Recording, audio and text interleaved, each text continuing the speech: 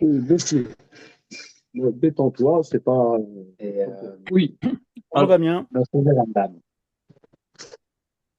Alors, non, c'est-à-dire, parce qu'il y a le Chacham, il y a ceux qui produisent. Et tous les fourmis de la connaissance.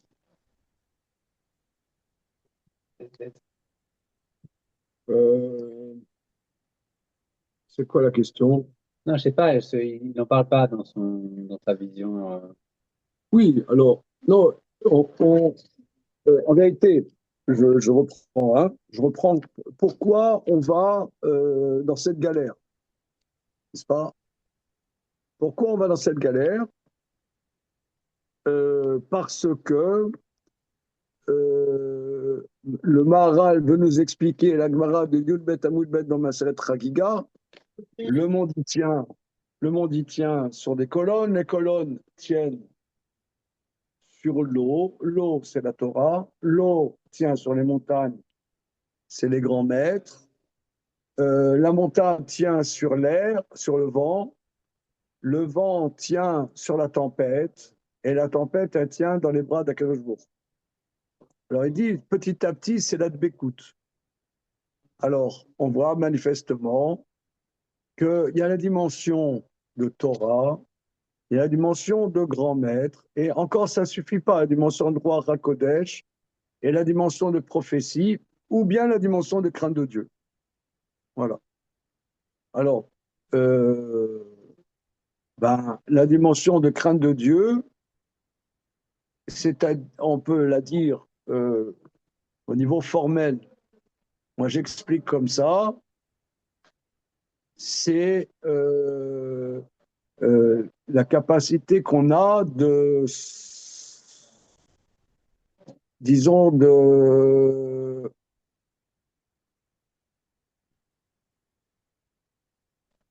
pas avoir des valeurs, de pas avoir des valeurs, d'être en face de la volonté de Dieu. Mais nous, on ne tient pas à ça. On ne tient pas. C'est pour ça que j'explique la notion de kol nidré.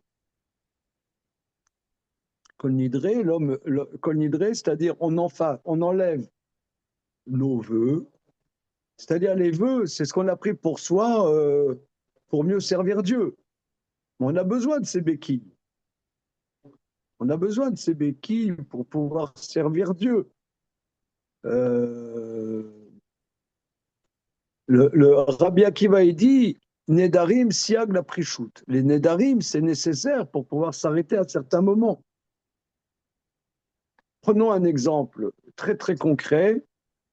Euh, Regardez des bêtises sur Internet. C'est un problème sur lequel presque tout le monde, enfin les hommes, je ne sais pas les femmes comment ça se passe, mais les hommes sont confrontés à ça. Ils ont une envie, la plupart, compulsive d'aller regarder des bêtises. Alors, comment faire pour ne pas le faire? Mais tu sais que c'est interdit. On peut te dire qu'il y a plusieurs interdits relatifs à ça. Il y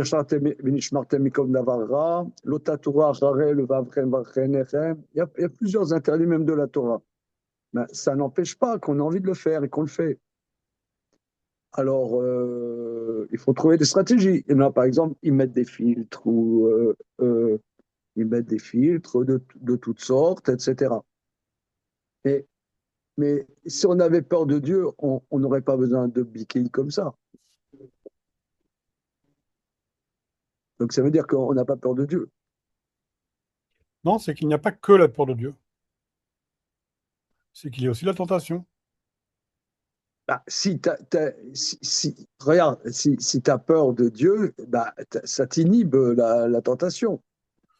Ça dépend de la force de la tentation. Comment? Ça dépend de la force de la tentation et de son pouvoir. Il pourrait se faire que le pouvoir de la tentation soit aussi fort que la crainte de Dieu, voire supérieur d'ailleurs.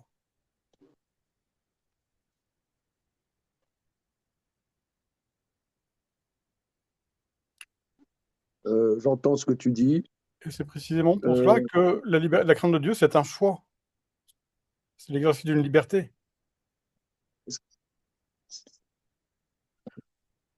Si la crainte de Je t'aime Dieu bien, t'est seulement je t'aime imposée bien, par la mais terreur, ça n'a aucun intérêt. je t'aime bien, mais c'est proche d'être des conneries ce que tu dis. Ton respect, évidemment. D'accord, mais si la crainte de Dieu t'est seulement imposée par la terreur, ça n'a aucun intérêt. Bon, ok, tu fais On des n'a pas besoin d'avoir théories. un Dieu terroriste. La peur, c'est la peur. Si tu as peur, euh,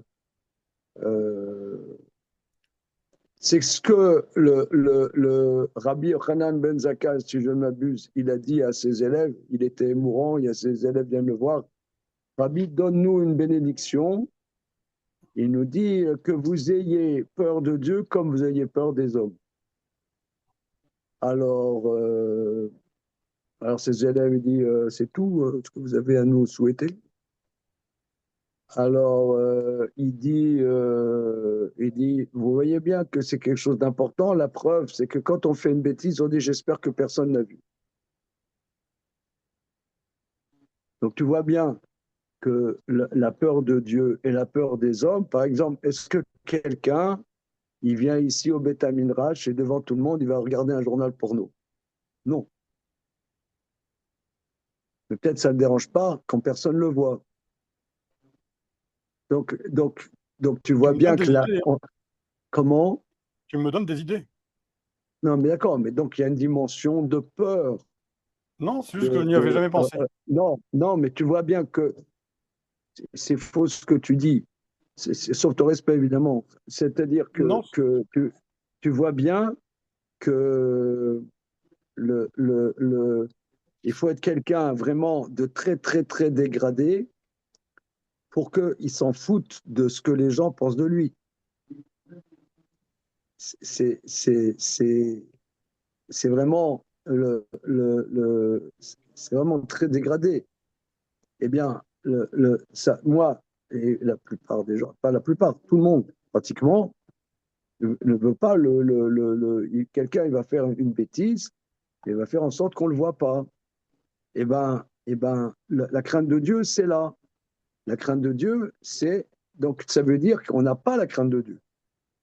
On l'a pas. Pourquoi? C'est ce que dit Rabbi Hanan Ben Zakkai. On dit, nous, donc on met en comparaison la crainte d'autrui et la crainte de Dieu. Donc ça veut dire qu'on n'a pas la crainte de Dieu. On n'a pas. On l'a pas. Voilà. Là-dessus, alors moi j'arrive un petit peu, je ne sais pas quel est le sujet derrière, mais sur la crainte de Dieu, moi je trouve très Une seconde, intéressant une seconde, allô? le sujet est le suivant. Le Oui, sujet est le suivant. On est dans oui.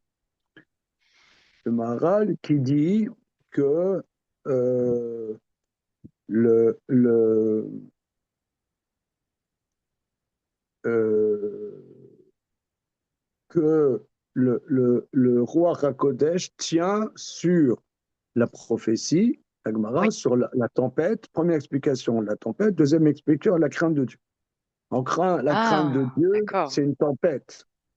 En Ah, quoi la crainte de intéressant. Dieu, c'est une tempête. Alors c'est pour ça que Ok, j'essaie de rapporter des éléments ok, pour ok. étayer ça, parce que on peut lire le Maharal comme si on lisait le bottin téléphonique en coréen du Nord, ce que la plupart des gens y font d'ailleurs, hein. Euh, et on ne sait même pas de quoi ils parlent. On sort des schémas hors sol. Mhm. Mais si on essaie de mettre du contenu vécu à ce qu'il dit le Maharal, alors ça me paraît quand même plus pertinent. Et Ok. savoir qu'est-ce que c'est concrètement la crainte de Dieu. Alors Alors ça la c'est crainte de Dieu, intéressant parce que ouais. si on regarde, alors le Malbim, il est, je pense, de la même époque. Non, lui, il était plus tardif. Hein. Lui, c'est 19e, début 19e, le Malbim. Mais le commentaire, mais je pense qu'il partage avec le Maharal un souci de s'adresser à une génération qui est de plus en plus intéressée par les sciences et les lumières et qui s'éloigne de la tradition. Et donc le commentaire du Malbim du psaume 34 est fabuleuse sur la crainte de Dieu. Et donc sur le Hirouet Adoshan Kedoshav, etc. Et puis surtout venez, c'est magnifique. Juste avant Miaïch et Chafetz Chaim, le verset juste avant est fabuleux parce que c'est venez Shimouli, venez les enfants, Yeladim, venez les enfants Shimuna, ou un truc comme ça. Écoutez-moi. Irat Hashem à la matrem. Exactement, je vais vous enseigner la crainte de Dieu. Alors, Là, moi, je suis une maman, on me dit mon petit, allez, venez les enfants, venez les petits, écoutez-moi, je vais vous enseigner la crainte de Dieu. Je fais, oulala, mon petit, tu restes avec moi. Alors qu'en fait, qu'est-ce qu'il va leur dire? C'est quoi sa façon d'enseigner la crainte de Dieu? C'est Miaï Shechafetz Chaim Oeviaim Lirotov. Et donc, c'est très étonnant le contraste. Et en fait, si on remonte à 2 versets avant sur Hirouet Adoshem Kedoshav, ce que dit le Malbim, c'est pourquoi il y a marqué qu'ils craignent le Dieu, c'est saint, donc les saints de notre tradition, les saints de Dieu, si on veut, ils craignent Dieu. Il dit parce que les saints des autres nations, les hommes saints, les saints hommes, voilà, généralement, ils sont éloignés du monde. D'accord, ils sont en retraite, ils sont dans des monastères, ils sont en haut de l'Himalaya, etc. Bon. Et donc, il dit, ils s'éloignent. Et il dit pourquoi? Parce qu'ils ont peur des hommes, ils ont peur des autres ou ils ont peur d'eux-mêmes. Et donc, on dit, les saints hommes dans le judaïsme, on ne veut pas qu'ils s'éloignent. Il faut qu'ils apprennent à vivre dans la société. Parce qu'il ne faut pas craindre ni les hommes, ni eux-mêmes. Il faut craindre que Dieu. Et en fait, c'est là qu'on voit que la crainte de Dieu, telle que dans l'explication du Malbim, c'est en fait libérateur. C'est-à-dire que ça libère de la crainte des hommes et la crainte de soi, de soi-même. Très bien. C'est très intéressant. Alors, merci. Non, vraiment, c'est très, très intéressant.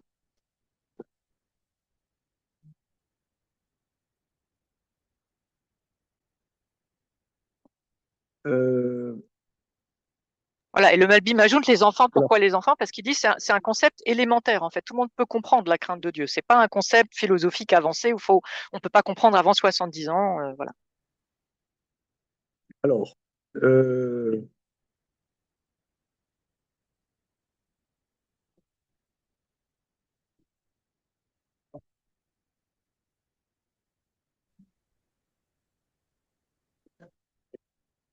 ça,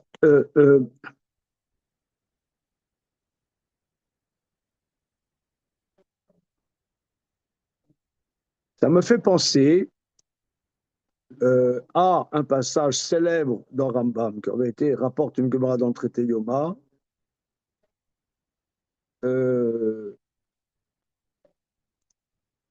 Qui est complémentaire de ça, c'est très célèbre, dans la Halachot Teshuvah. Rambam, il dit la chose suivante, je prends le texte, je vous le dis oralement, c'est 2 lignes. Hein.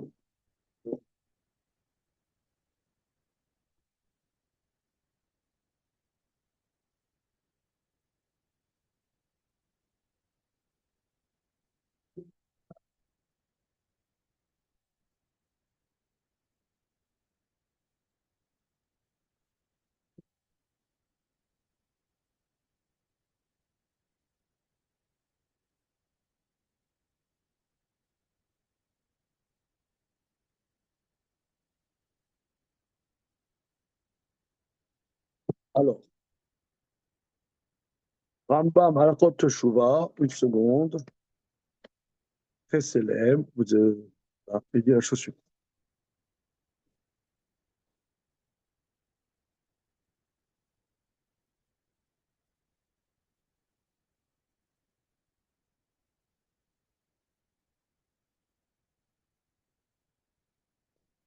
Qu'est-ce que c'est la première halakha du deuxième chapitre de la loi de Teshuvah?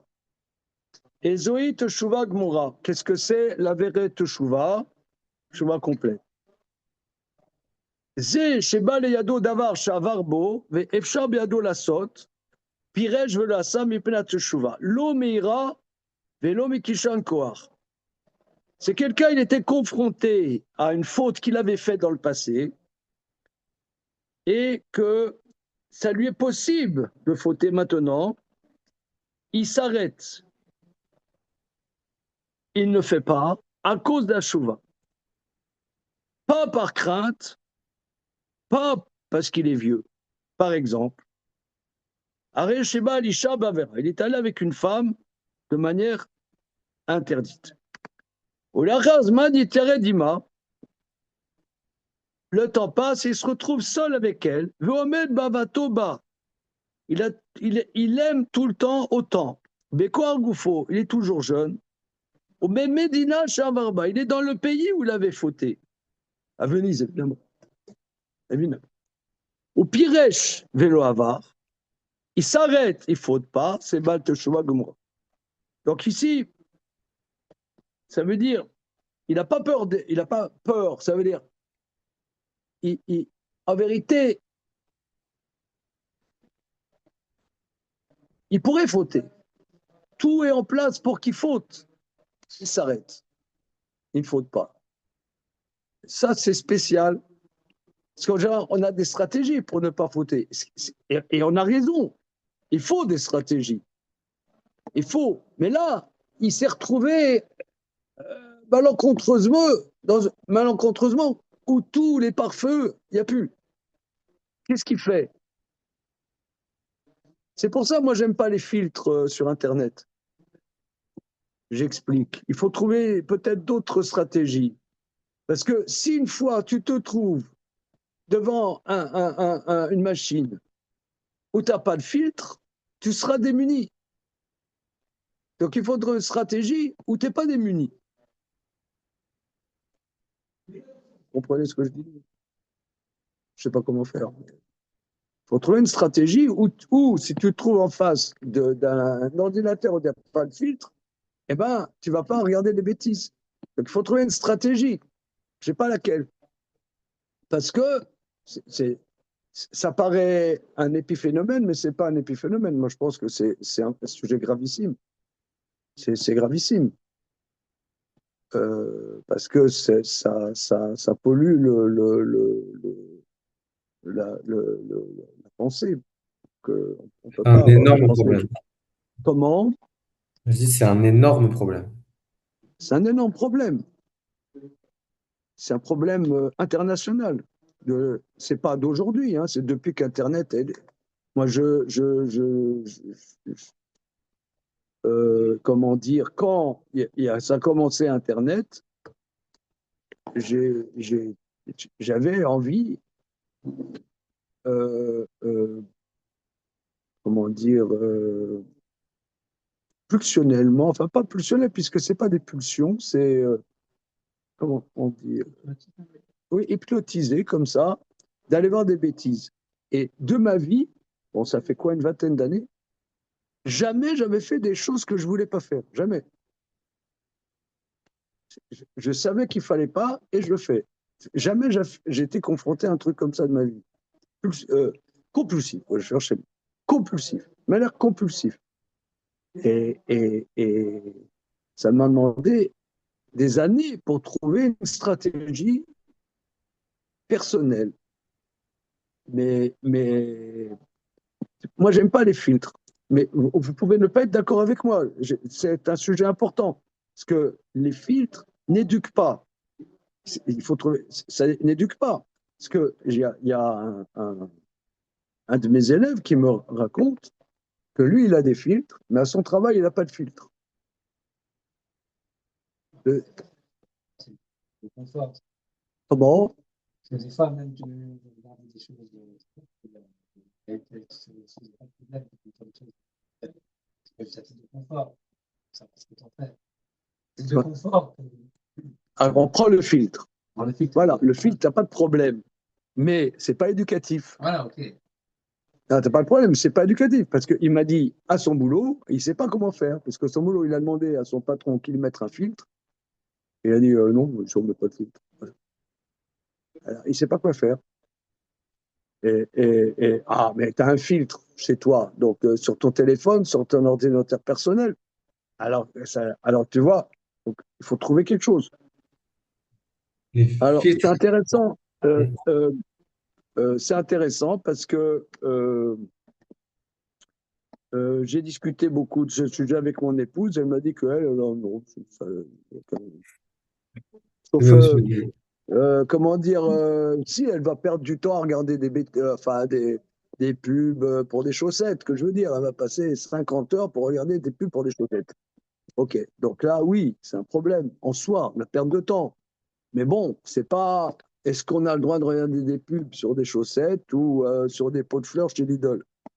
Ouais, je pense que Alpidine, c'est moutard. D'accord? Voilà. Et donc, c'est pas. Ça tire pas. Mais une fois, quand il y a 20 ans, je me souviens, on était à Cadet, J'avais parlé avec les élèves de ce sujet. Il y a un garçon très bien.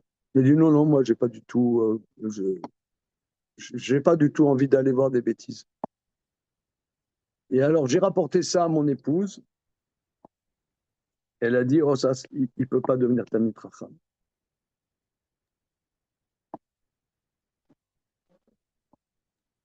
Vous savez, les filtres, euh, c'est un. On a recours à des filtres quand il n'y a pas d'autres possibilités. Des fois, il y a pour des personnes qui sont pas, on n'est pas tous égaux par rapport à ce type d'addiction. Et il y a des personnes qui, à partir d'un certain temps, des années d'utilisation du téléphone et d'Internet, ils ne peuvent pas faire autrement que d'utiliser des filtres. Parce que ça a été l'ingénierie qui a produit les algorithmes sur les réseaux, par exemple, etc. C'est basé beaucoup sur la neuroscience, etc. Donc, c'est normal qu'on soit happé par ça après, de manière compulsive. Beaucoup, ils ne peuvent pas faire autrement sans les filtres. Oui, oui, non, mais je comprends. Je comprends. Pourquoi elle a dit ça? Comment? Pourquoi elle a dit ça? C'est vrai que de manière générale, il y a toujours une équivalence entre Yetzer Hara et Torah, mais enfin, plutôt Yetzer Hara Parce et Torah. parce que regardez, vous voyez bien Qu'elle a dit. que la Gemara, ça fonctionne comme Internet. Tu vois la Gemara, tu n'as rien compris. Bon, tu vois, j'ai rien compris, je traduis, je continue. Non, tu as envie de comprendre. Alors, tu vas voir Rashi.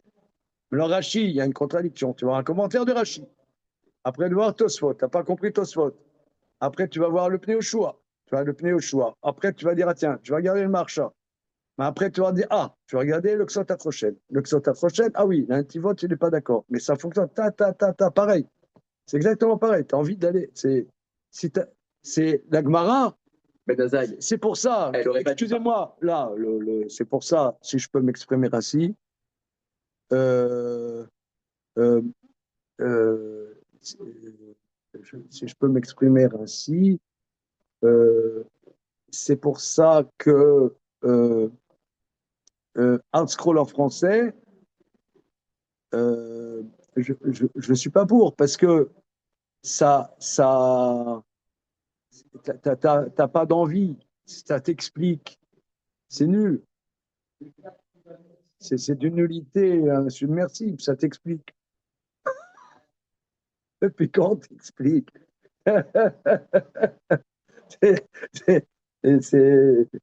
T'as plus l'envie, comme dirait le poète, l'envie d'avoir envie. Donc la Gemara, c'est l'envie. C'est le poète, ça. Comment Johnny a dit. Dans des paroles de Jean-Jacques Goldman. Je crois qu'il a copié sur ce qu'il nous a.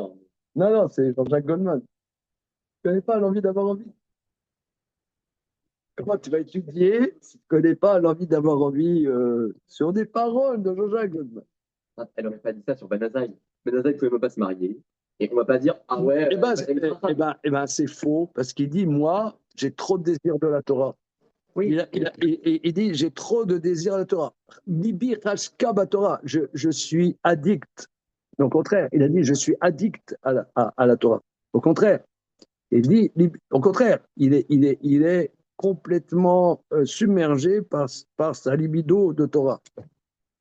Au Oui. contraire, ami. Oui, mais c'est pas pour, c'était pas un Talmid Chacham. Enfin, c'est pas un Bachour qui étudie beaucoup. Quoi? C'est Bachour. C'est pas un Bachour qui. Ah, maintenant, il est doyen d'une fac. Je dirais non. Doyen d'une fac. Et je ne sais pas combien de minutes par semaine étudie l'allemand. Je pense entre 0 et 0,0. Dommage. Il est doyen d'une fac parmi les plus grandes facs de France. Vous allez chercher quelle fac a un doyen qui a un patronyme juif? Ok. Mais pour C'est- défendre ce Bachour face à votre. Voilà. Pour défendre ce Bachour face Ouais. à votre femme qui le. C'est-à-dire, ça m'arrête. D'ailleurs, elle a eu raison. Peut-être, a priori, je ne sais pas. Mais il y avait peut-être un Yetzer Hara classique sans forcément que ça concerne du téléphone. Oui, non, mais c'est que la Gemara, ça fonctionne Ben, tu vas voir ça. Vous voyez, ben, quand on étudie, on va voir ça, on va voir autre chose, on va voir autre chose. C'est exactement comme Internet. C'est comme Internet. Tu vas voir ça, tu vas voir ça, tu vas voir ça, tu vas encore voir ça. Tu vas voir les actualités, voilà, tu vas voir où en sont transactions entre Trump et l'Iran. D'accord? Tout d'un coup, tu te dis, tiens, je vais aller voir autre chose. Pourquoi tu vas aller voir autre chose? C'est bien, c'est intéressant, Mais Trump et l'Iran. Internet, c'est même encore mieux. Parce que Internet, ça demande enfin, la Gemara, ça demande une certaine activité. Internet, c'est plutôt passif, quelque part. Ça a été formé. Ouais, les forums. OK. Ce étant, donc maintenant, on voit dans Rambam que la Teshuvah, c'est la personne qui perçoit qu'elle pouvait fauter, pas qu'elle pouvait pas fauter, et qu'elle s'arrête. Ça, et bon, il appelle ça la Teshuvah. Mais c'est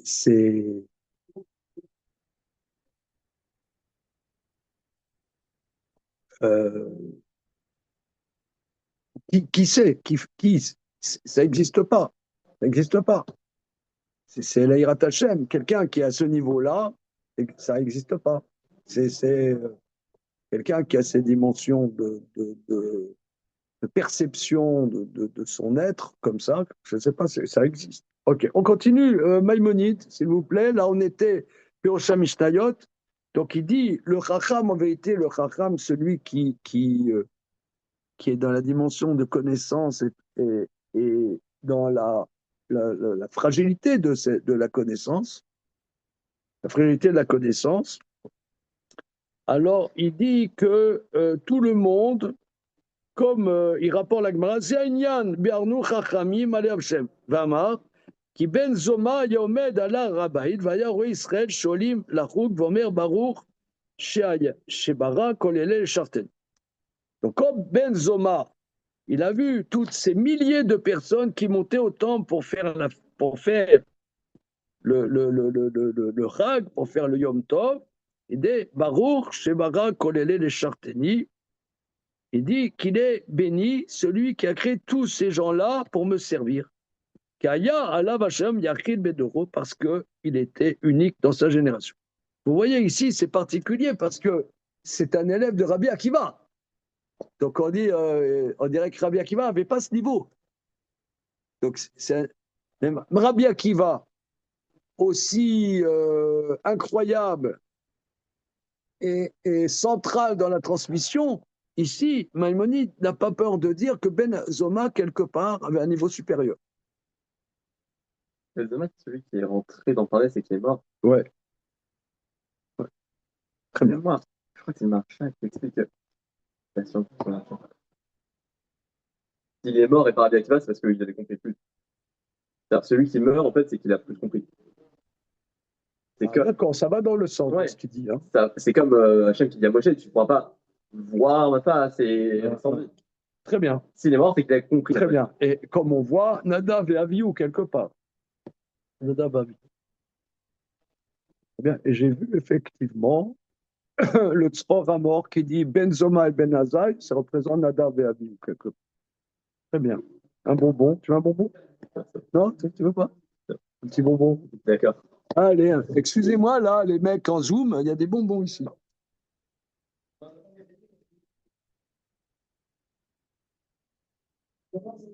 Ouais, bah, non, c'est qu'il y a la gamma du.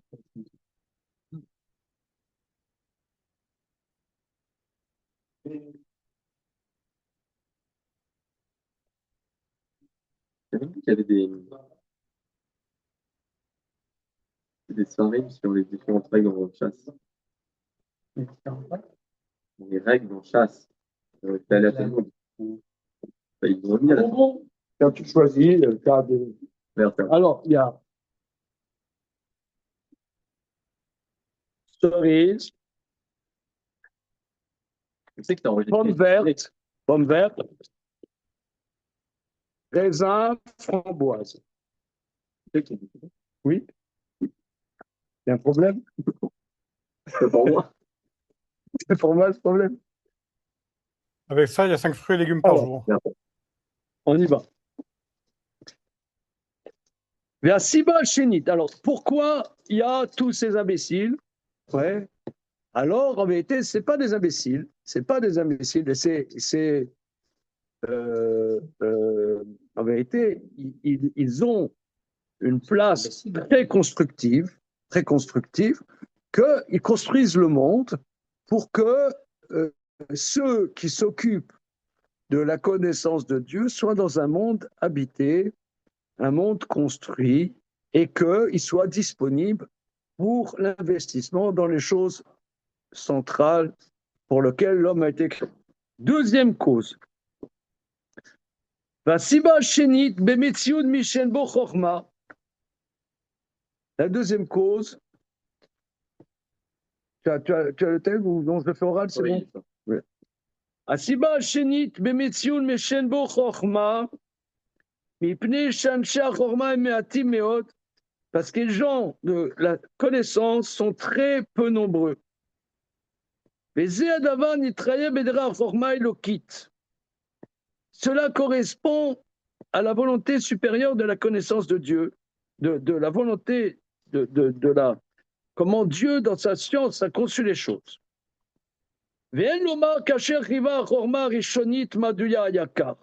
a pas de position pourquoi la science divine impose que ça soit ça.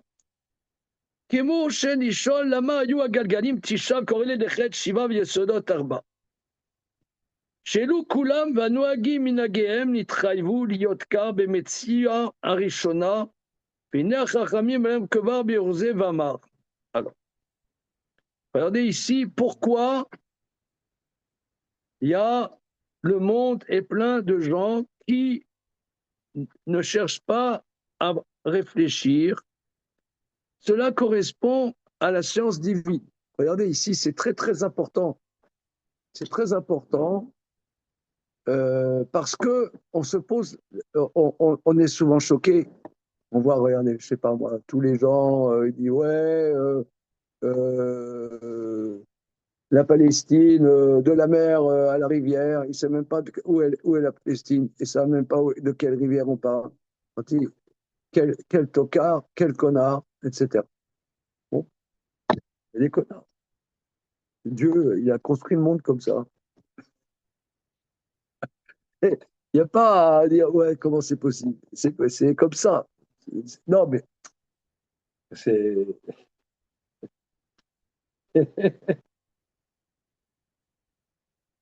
le, je traduis parce que c'est extraordinaire. Il dit, c'est la science supérieure de Dieu qui impose. Et ne pose pas la question. Elomar Kacher, Madouya Ayakar, pourquoi c'est comme ça? Pourquoi c'est comme ça? Il dit, Kemo Shenishol, pourquoi il y a 9 constellations, il y a 7, pourquoi il y a 9 cycles des astres, 7 constellations, pourquoi il y a 4 éléments fondamentaux, l'air, le feu, la terre et l'eau, pourquoi il y a 4 éléments premiers? Tout ça, ça vient dans l'existence première des choses, c'est dans la structure des choses. Et nos maîtres d'ailleurs ont expliqué ça dans le traité Souka. Vamar Rabbi Shimon Bar Yochai Ananche Doro. Rabbi Shimon Bar Yochai se rejoint de sa génération. Afalpi Shayu Nirbadim Rubam. Bien qu'ils étaient des gens très importants, la majorité de sa génération. Raïti Bene Alia Vemoatim. J'ai vu des gens de niveau, il y en a très peu. Imshnaim M, Ani Beni M. S'il y a 2 personnes de niveau dans notre génération, il y a moi et mon fils. Laisse tomber.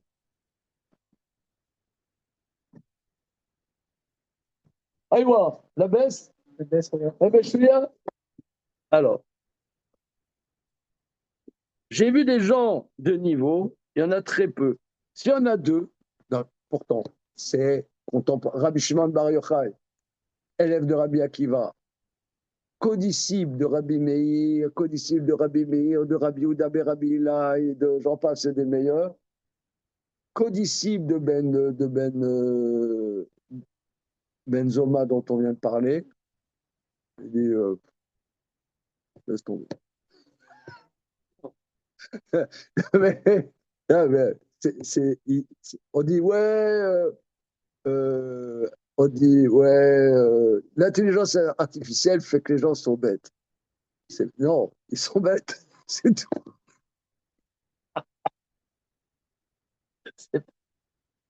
C'est pas l'intelligence qui fait que les gens sont bêtes. Les gens sont bêtes.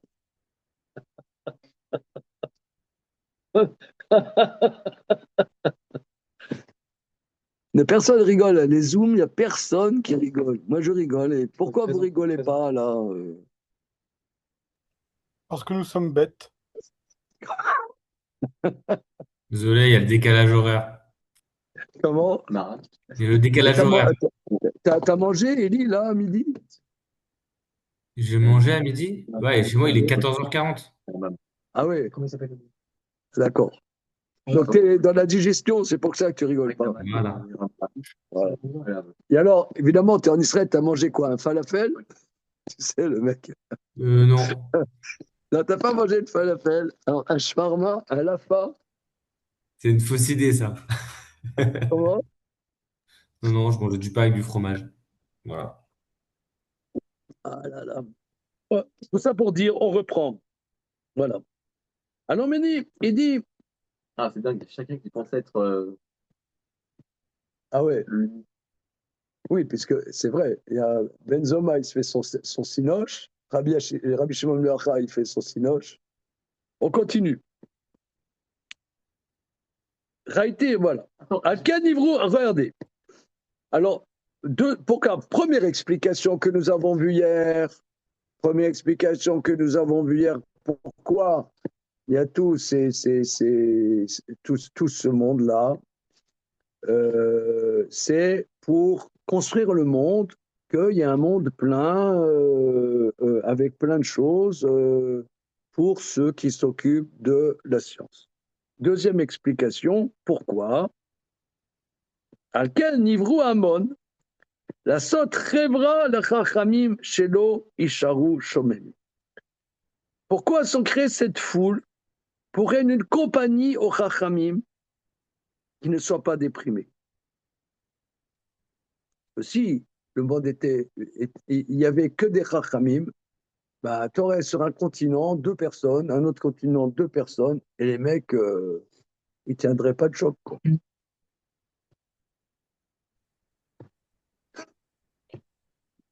Donc, préfère la compagnie des imbéciles, c'est qu'ils ne sont pas pourquoi si il y a sages. tous les tocards pour qu'ils aient des gens à qui ils disent bonjour?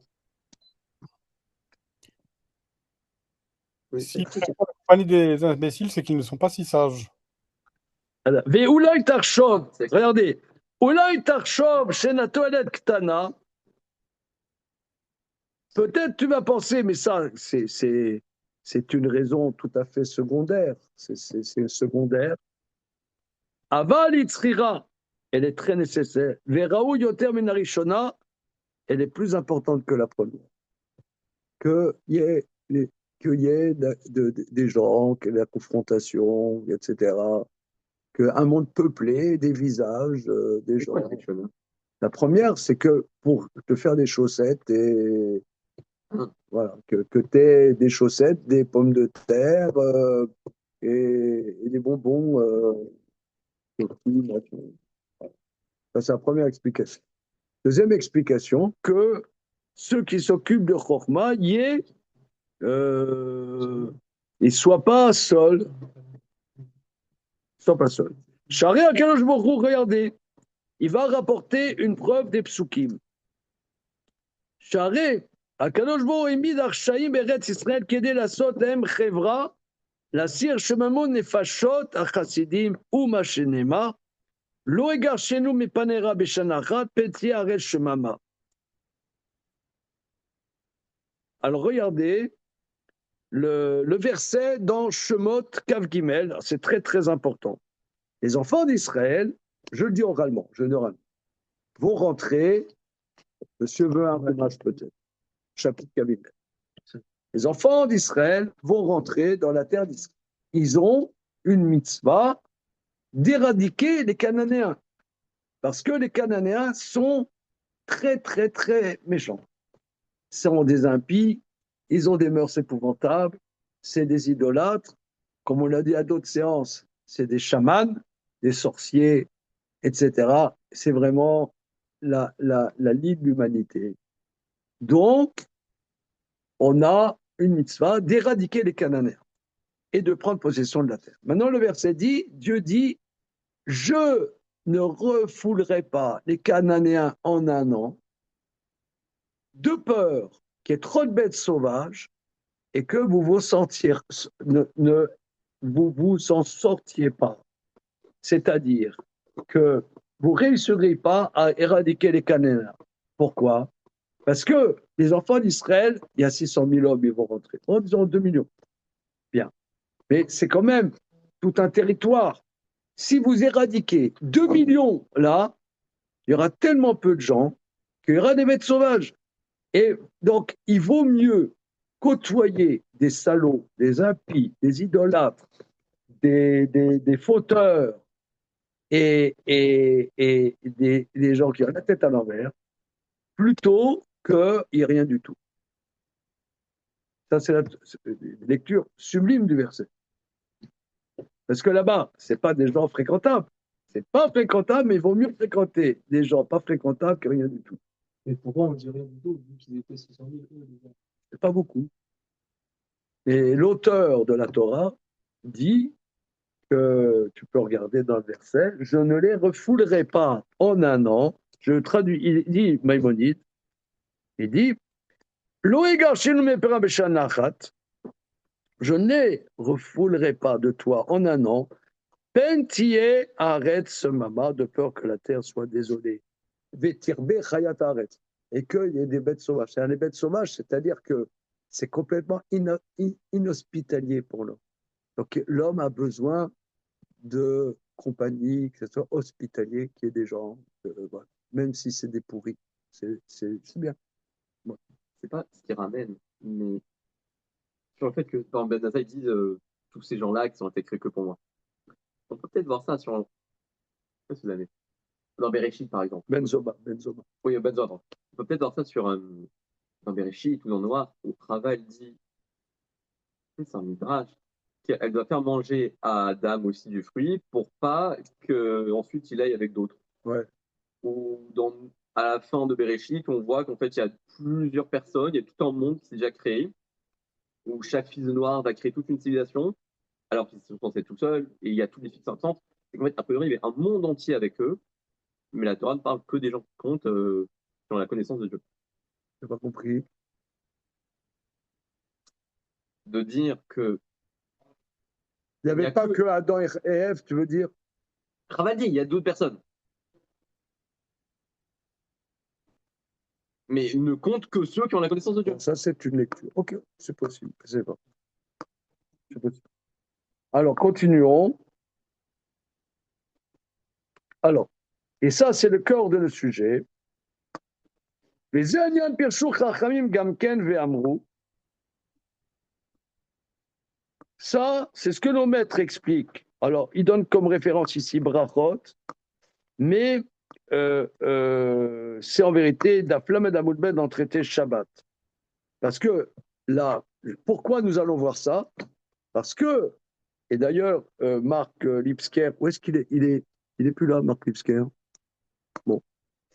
Marc Lipsker avait rapporté l'Ecclésiaste, en vérité, c'est le dernier verset de l'Ecclésiaste. Tu peux me passer le chumash, cher ami? Merci. Dans Kohelet, le verset dit comme ça, dans Kohelet.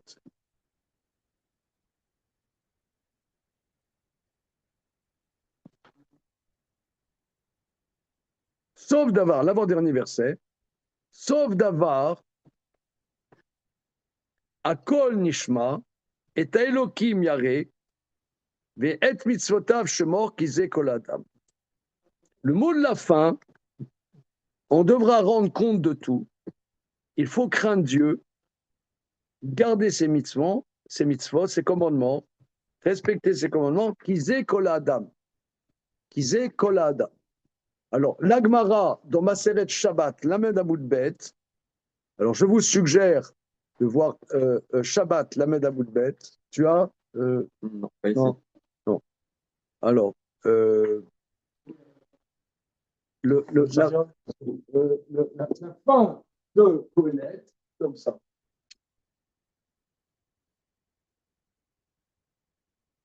Sauf d'abord, Akol Nishma et Elokim Nera, et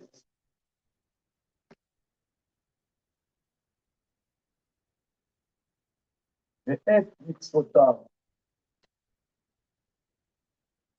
comment disait Kol Adam. Alors, l'Agmara dit la chose suivante, disait Kol Adam. Kol Adam, c'est tout. Kol Adam, c'est l'humanité. Toute l'humanité est que pour craindre Dieu, que pour qu'il y ait quelqu'un qui craint Dieu. C'est ce que l'Agma a dit. Kol Adam, parce qu'il y a une différence entre Adam et A-Adam. A-Adam, c'est toute l'humanité. C'est l'homme avec un grand H.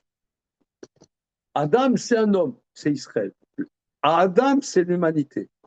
Toute l'humanité naît Kol Adam, pourquoi? Pour être une compagnie à celui qui craint Dieu. Qui sait Kol Adam, toute l'humanité, et pour qu'il y ait quelqu'un qui craigne Dieu. Alors regardez ce que dit Maïmonide. Maïkizé Kol Adam, c'est la Gemara. Donc, dans Maset Shabbat, la Medamoudé, Kizé Kol Adam, Kol Haolam Kulo, l'onivra et là les tsavot lazé. Tout le monde entier n'est là que pour être une compagnie à celui qui craint Dieu. C'est la Gemara, en vérité. C'est pas Maïmonide qui invente ça. C'est la Gemara. C'est le Pirouche, la Siritzvono ou Shemamon Yechi Duto. Pour lui enlever sa tristesse et le désespoir de sa solitude. Regardez, c'est fou.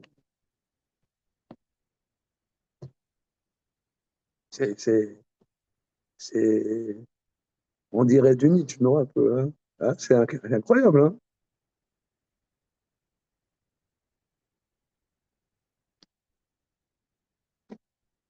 C'est terrible. Voilà. Imken Ibaner, donc il ressort de ça. Ashakavana bebriat kolma shiyesh betor haolam aou vanifsad eno ela ishalem kolel achorva ba'atze kemoshba. Donc l'intention dans toute la création, c'est seulement la personne entière qui inclut la chorma et les actions. Tu pourras, si tu médites et tu apprendras des paroles de nos maîtres, ces deux sujets, Achorma me'amaase, Macher bernou ramzou teda, Kanaron amrou, maintenant on comprend ce que nos maîtres disent dans le traité Brachot. C'est le mal, Achorma v'amaase, il dit, Enlo la kadosh bo malamo, Enlo la akadosh baruch beolamo, et la arba amot. Shel Halacha, c'est ce que nos maîtres disent d'après dans ma série de Brachot, que Dieu n'a dans le monde que les 4 coudées de la Halacha. C'est quoi? Les 4 coudées de la Halacha, c'est la connaissance et l'acte. Ouais. Ok. Donc là maintenant, c'était un petit hors-piste dans la poudreuse pour essayer de donner un peu de corps à ce que le Maharal dit sur la crainte de Dieu. C'est bon? Ce temps, après ce truc plein d'enthousiasme et de rigolade, on reprend le Maharal dans le Ber Agola. On y va.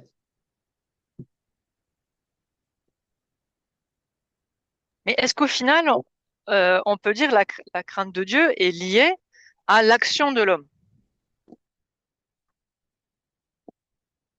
Je n'avais pas compris. Enfin, je veux dire, la crainte de Dieu va motiver les actions, va orienter les actions, si on a la crainte de Dieu.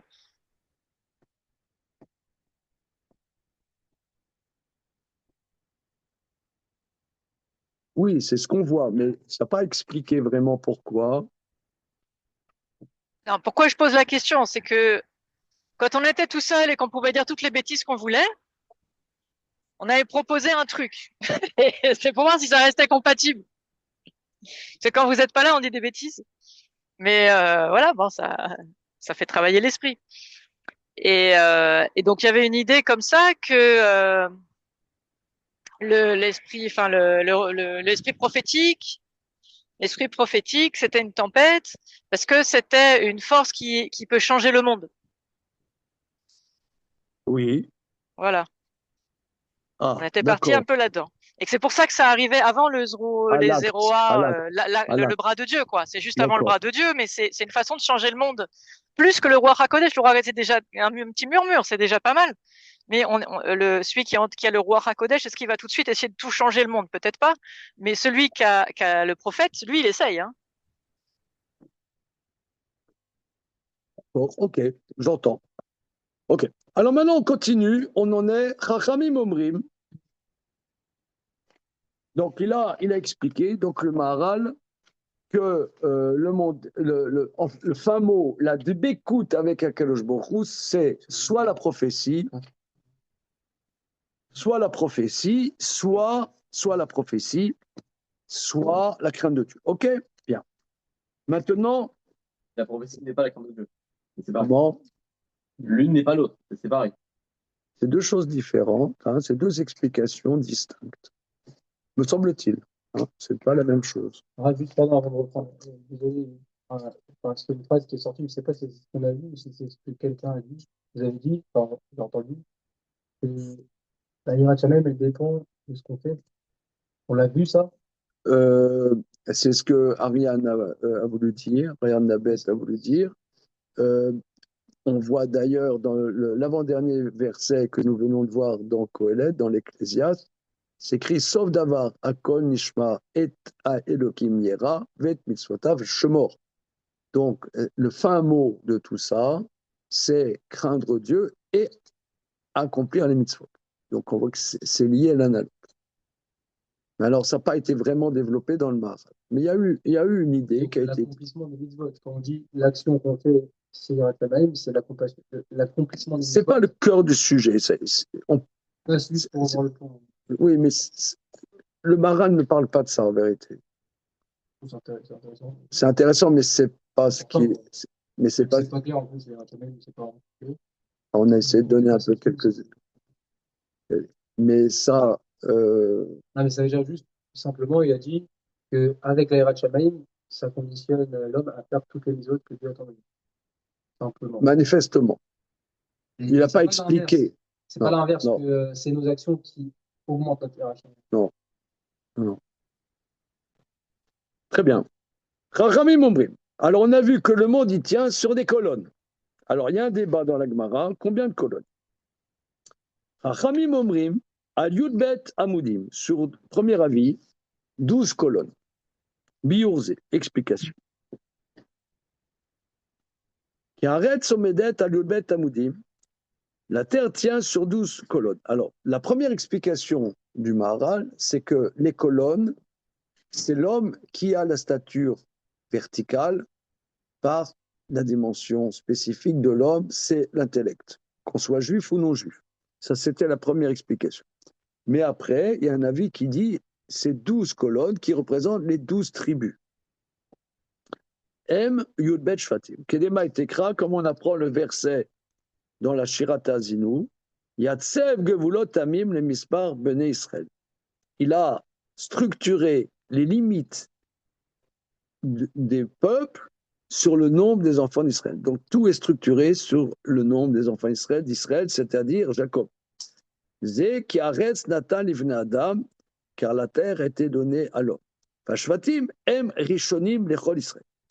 Les tribus, ce sont les premiers des enfants d'Israël. Israël em kodmim lechol shivim umot. Israël précède les 70 nations. Le Fikar Haolam Omed al Yubet Amudim. C'est pour ça le monde tient sur 12 colonnes. Vem Ashvatim, c'est les tribus. Asher yesh lahem chibour el Hashem ilbarach, qui, ces 12 tribus, ont un lien avec Dieu. Chez Nikraïm, dans le psaume de David, on les appelle Shifteka, les tribus de Dieu. Are yesh teshvatim dvekut el Hashem ilbarach, bema shem Shifteka.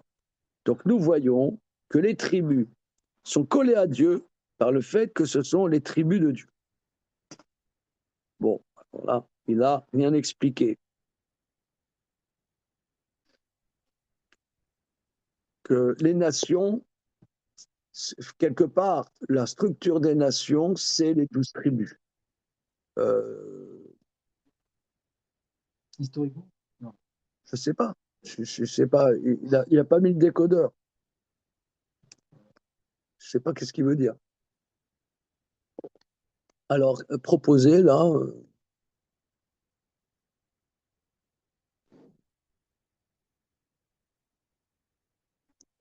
À votre bon cœur. Imagination, pouvoir. C'est ça ce qui est dur dans le Maharal, c'est qu'il n'explique pas.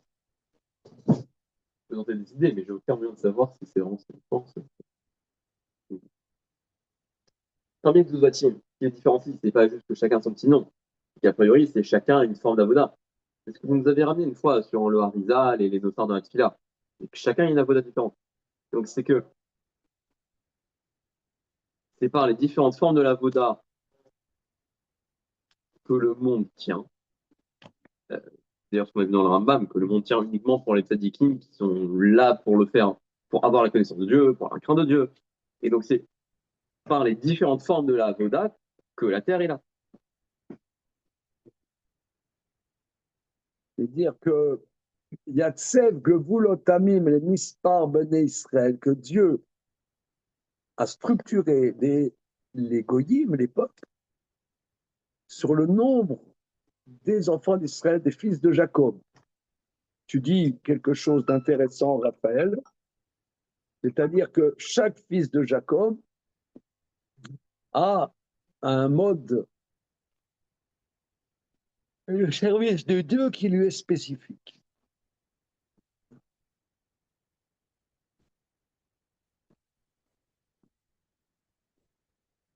Voilà. Maintenant, on n'a pas tellement l'expérience de ça. C'est On n'a pas eu comment?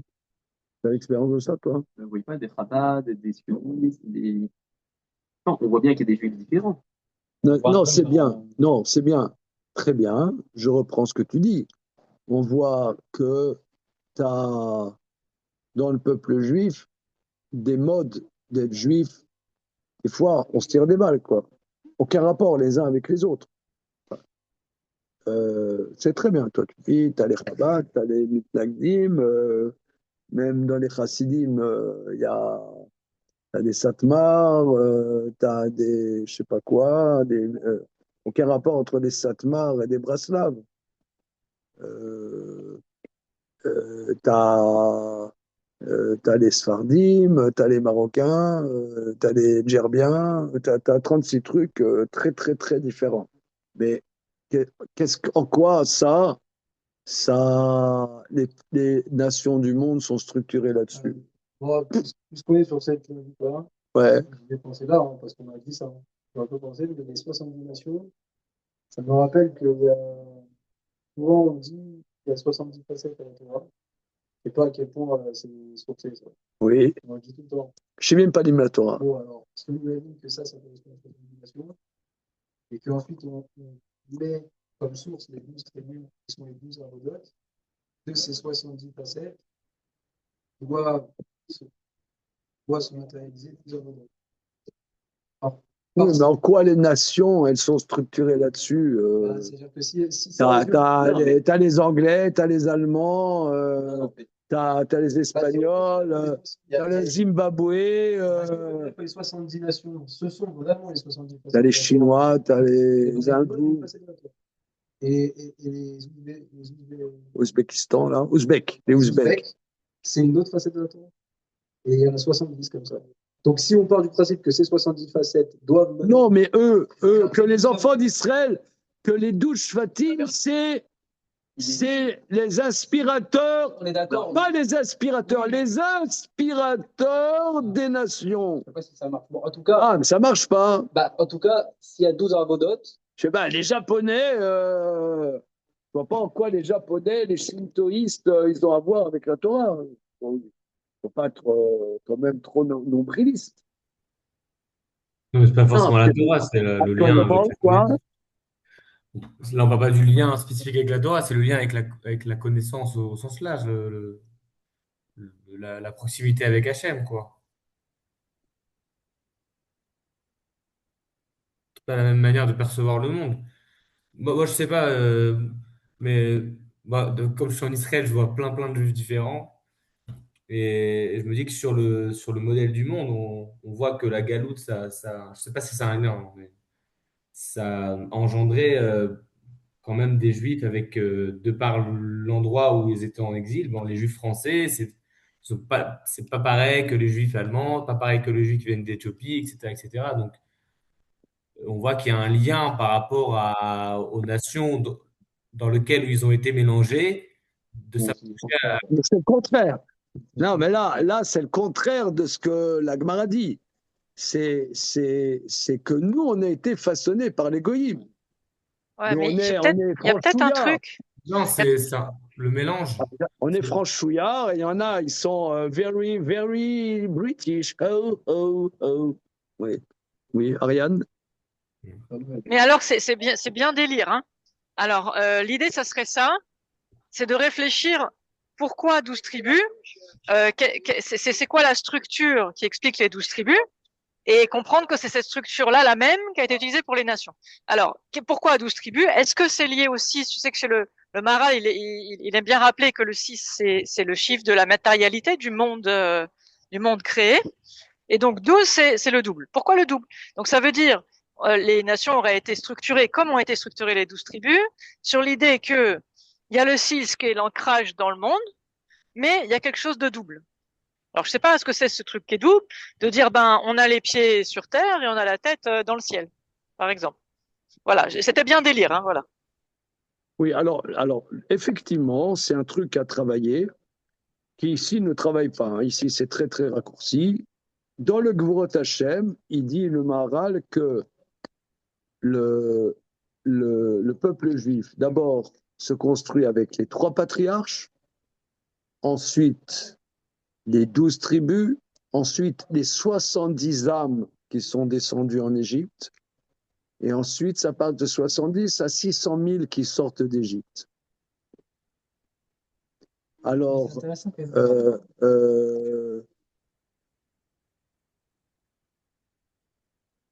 alors, il faudrait que je regarde dans Gvurot Hashem, qu'est-ce qu'il dit là-bas, le passage de 3 à 12. D'ailleurs, regardez, il va le développer, peut-être on peut voir. Alors, demain, je ne fais pas la séance.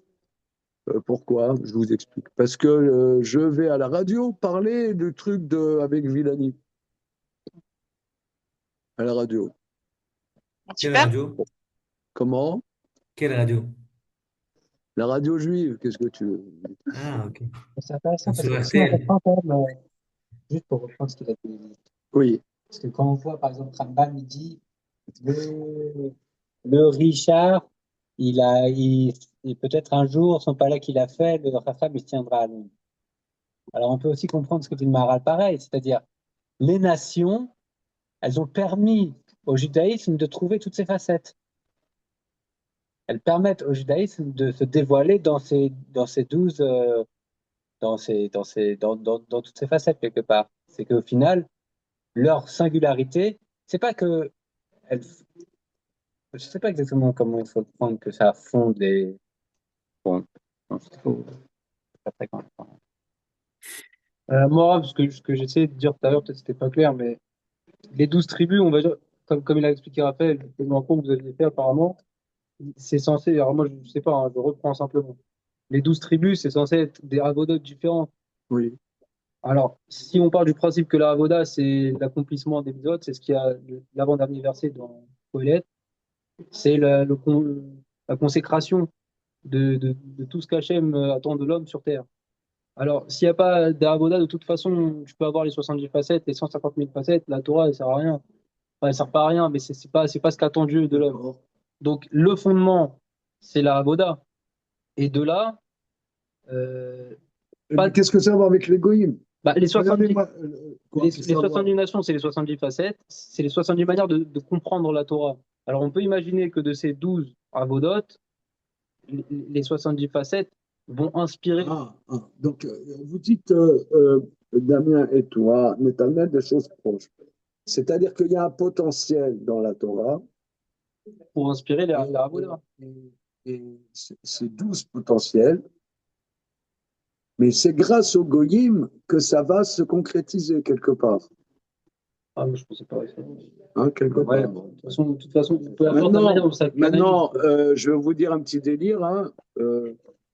On peut voir, par exemple, que au niveau sur le terrain, je ne sais pas si ça signifie quelque chose, mais tout le monde, vous voyez, par exemple, là, ne me demandez pas ce que j'en pense, parce que j'en pense rien du tout.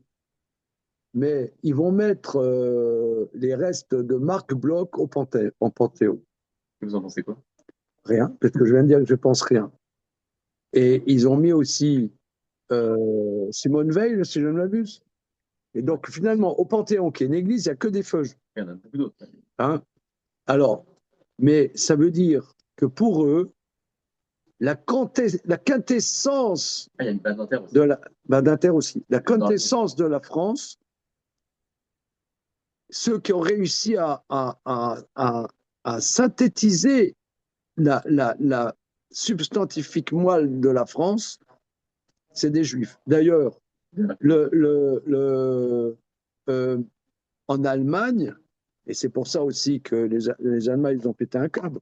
Par exemple, la Lorelei, hein, le chant allemand, le poème allemand numéro 1, c'est Heinrich, si je ne m'abuse, Heinrich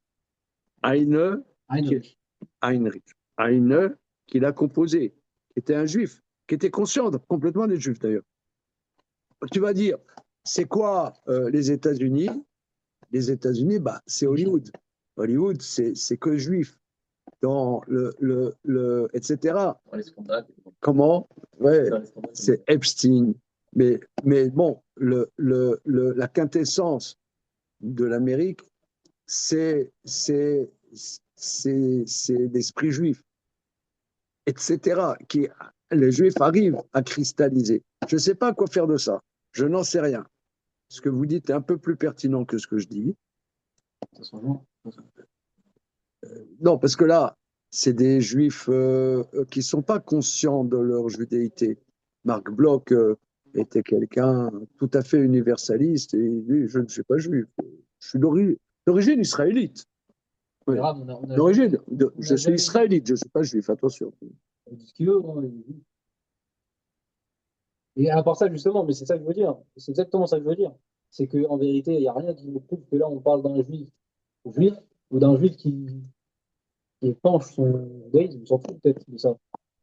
Il n'y a pas de nécessité. Il n'y a rien qui prouve dans ce qu'on dit qu'il y a une nécessité de l'exposer au grand jour. Bon, regardez. Alors, donc demain, je ne suis pas là de 13h à 14h. Après-demain, donc on continue parce qu'après, il va parler des Havot. Et Blinéder, je vais rechercher dans le Gevrot Hashem le passage entre 3 et 12. Qu'est-ce qu'il veut dire? Parce que 12, c'est vrai que c'est un chiffre un peu bizarre. 12, hein, c'est pas un chiffre. C'est un chiffre simple, on ne voit pas trop. Un chiffre premier, 3, 7, oui. 13 et 12. Ouais. Mais bon, c'est un peu vraiment. Juste après, quand il explique ce qu'il veut dire, hein, que les nations sont formées à partir du nom d'Israël, il dit juste Baiser qui arrête Satan et Adam, la Jvatim em Rishonim lechol Aretz, Israël et Lim Konim lechol Shelim Aumot, les Tirach, Olam, Omed, Ashva, Mudbet Amudim. Ça veut dire que mais Israël au milieu, qui est l'angle, les 12, et ensuite Israël qui impacte tous les autres. On avait vu longuement à Pourri avant. C'est-à-dire que juste après, quand il explique, il ne dit pas qu'il y a les 12 Shvatim qui impactent vraiment les 70 nations. et dit que les 12 teams forment Israël, qui impacte les nations. Et le- Mais le passage de 12 à 70 est un peu effacé. Il englobe ça dans Israël. D'accord. En fait, il efface ça un peu juste après. Ok. Bien. Mais bon, c'est pas une réponse, quoi. C'est une question. Ok. Je le dis.